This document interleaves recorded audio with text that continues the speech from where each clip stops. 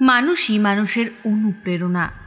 একজন মানুষ অপরজনকে দেখে শেখে, অপরের প্রতি ভালোবাসা জন্মায়, তৈরি হয় টান। আর সেই টান যদি এক মুহূর্তে ছিঁড়ে যায়।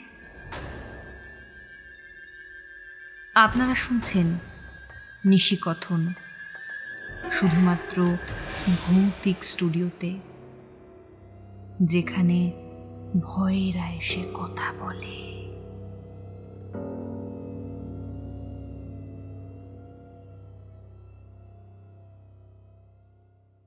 ভৌতিক স্টুডিওর গত এপিসোডে এক দাদা তার জীবনের একটা বিশেষ ঘটনা শেয়ার করেছিলেন।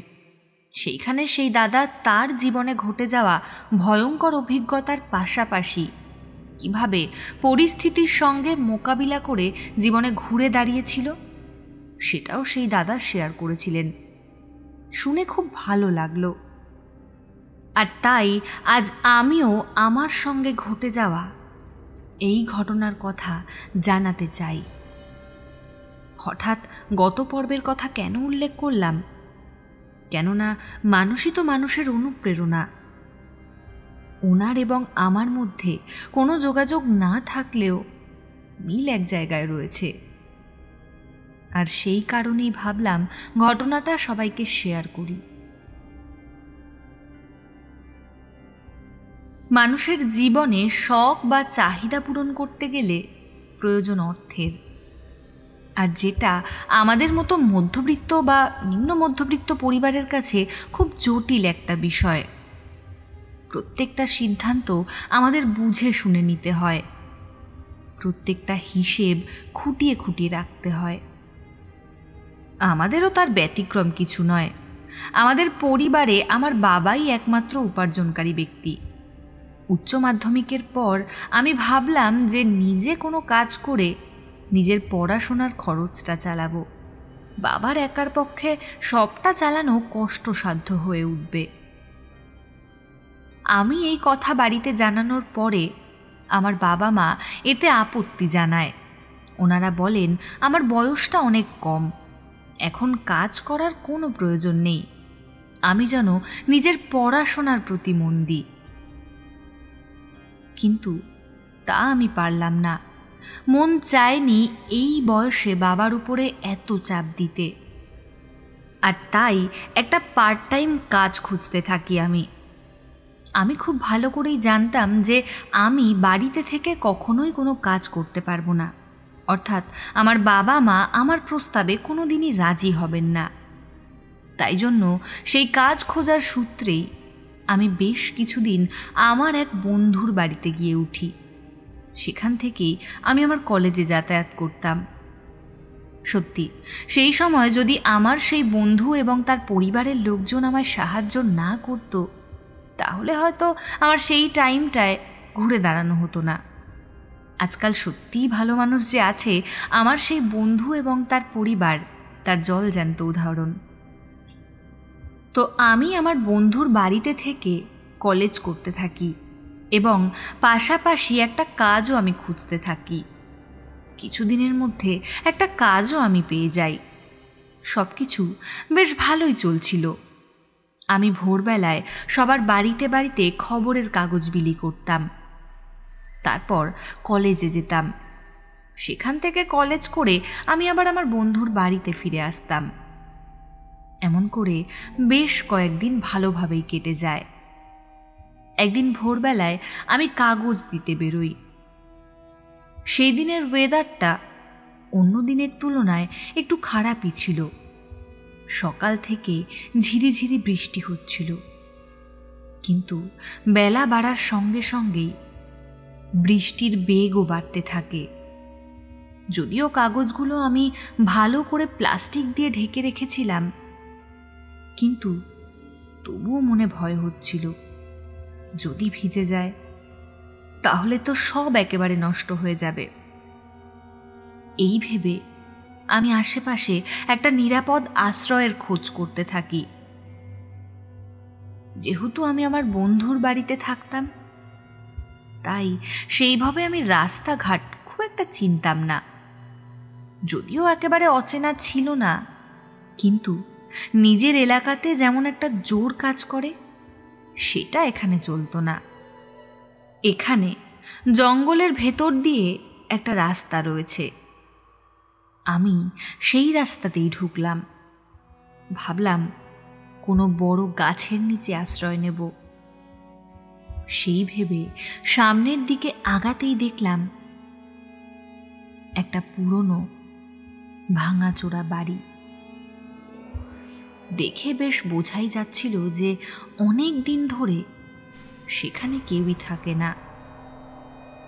বাড়িটা দেখে মনে হচ্ছিল যেন বহুদিন ধরে কোনো অভিশাপের বোঝা বয়ে নিয়ে বেড়াচ্ছে।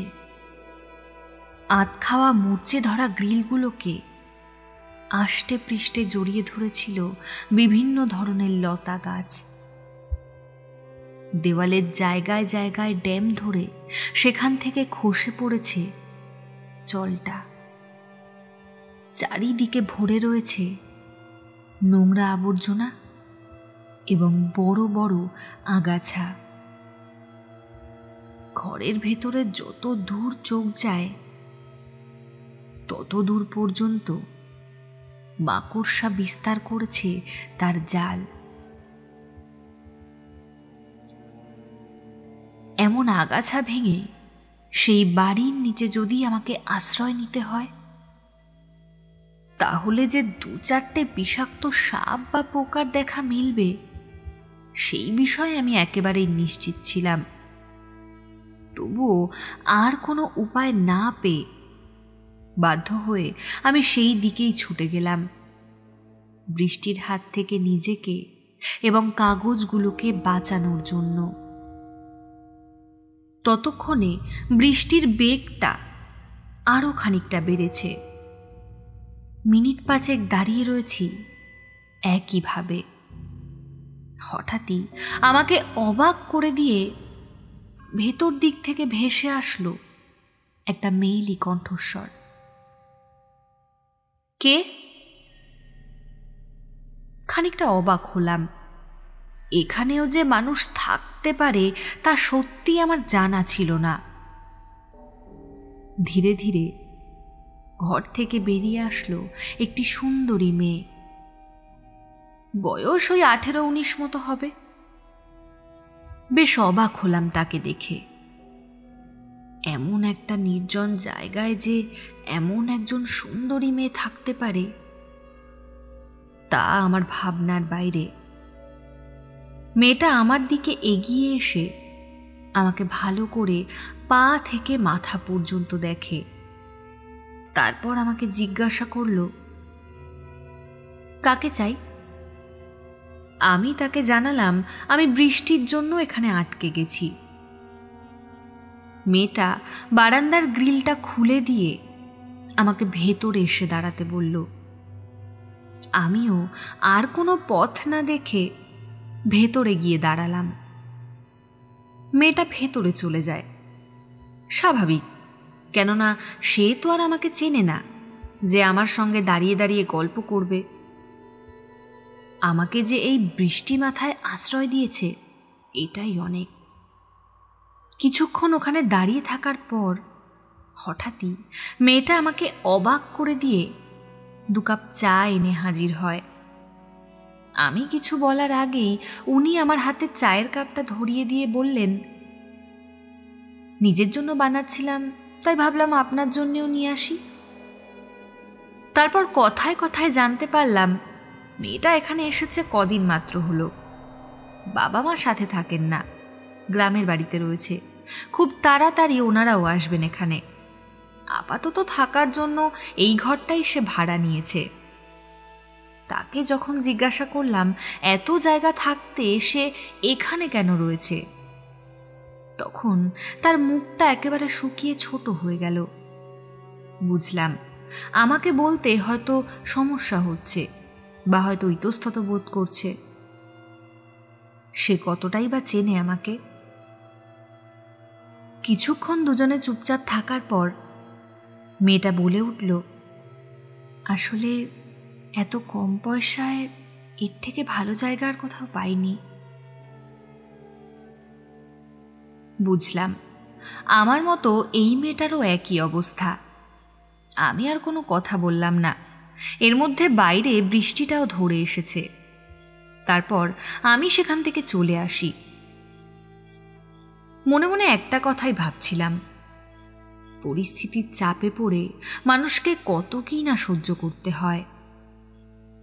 এরপর 2-3 দিন কেটে যায়। হঠাৎই আমার মেয়েটার কথা মনে পড়ে। মনে মনে ভাবলাম, কলেজ থেকে ফেরার পথে একদিন যাব সেখানে, গিয়ে একবার সেই মেয়েটির সঙ্গে দেখা করে আসব। আবার অন্যদিকে এটাও ভাবছিলাম যে যাওয়াটা ঠিক হবে কিনা। ভাবতে ভাবতে শেষমেশ একদিন বিকেলবেলায় সেখানে গিয়ে আমি হাজির হলাম। এর আগের দিন মেয়েটির সঙ্গে এত কথা বললাম, অথচ মেয়েটির নামটাই আমার শোনা হলো না। কিছুক্ষণ বাইরে দাঁড়িয়ে থাকার পর সেখান থেকে যেই চলে আসতে যাব, ঠিক তখনই মেয়েটা আমাকে পেছন দিক থেকে ডাক দেয়। তারপর আমি গিয়ে তার সঙ্গে কথা বলি, সে কেমন আছে জানতে চাই। মিনিট 5 কথা বলার পর আমিও ওখান থেকে চলে আসি। এরপর আরও কয়েকবার সেখানে আমি যাই। মেয়েটির সঙ্গে বেশ ভালো বন্ধুত্ব হয়ে উঠেছিল আমার। আমি মাঝে মধ্যে ওর সঙ্গে দেখাও করতে যেতাম, তবে ও কখনো ঘরের বাইরে আসতো না।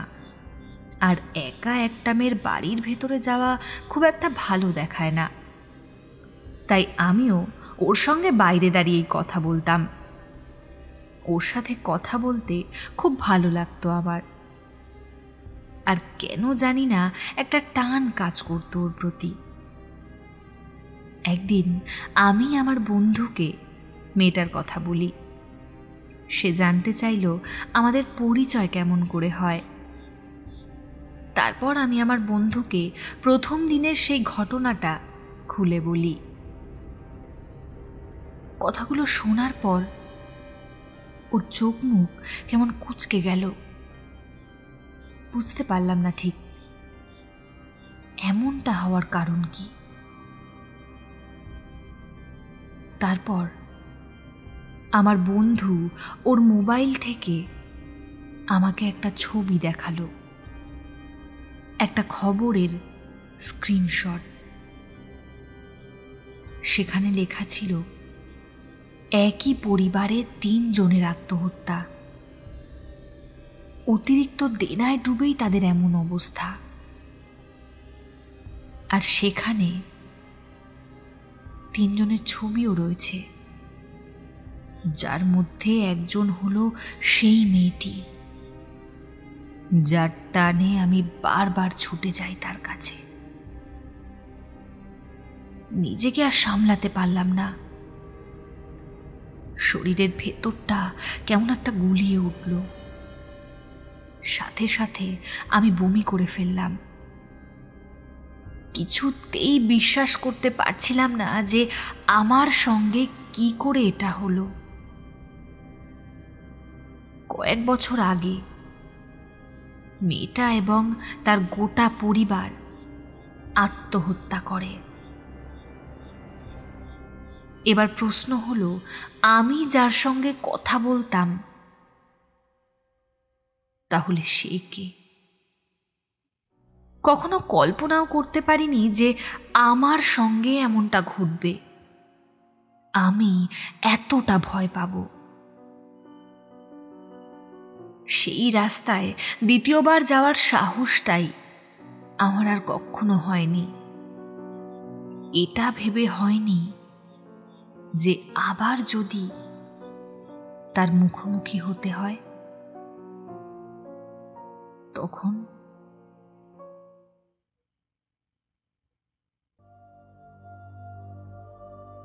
একজন মানুষ অন্য একজন মানুষের টানে তার কাছে ছুটে যায় বারবার, কিন্তু সেই টান যদি এমন একটা ভয়ের কাছে এক মুহূর্তে ছিঁড়ে যায়,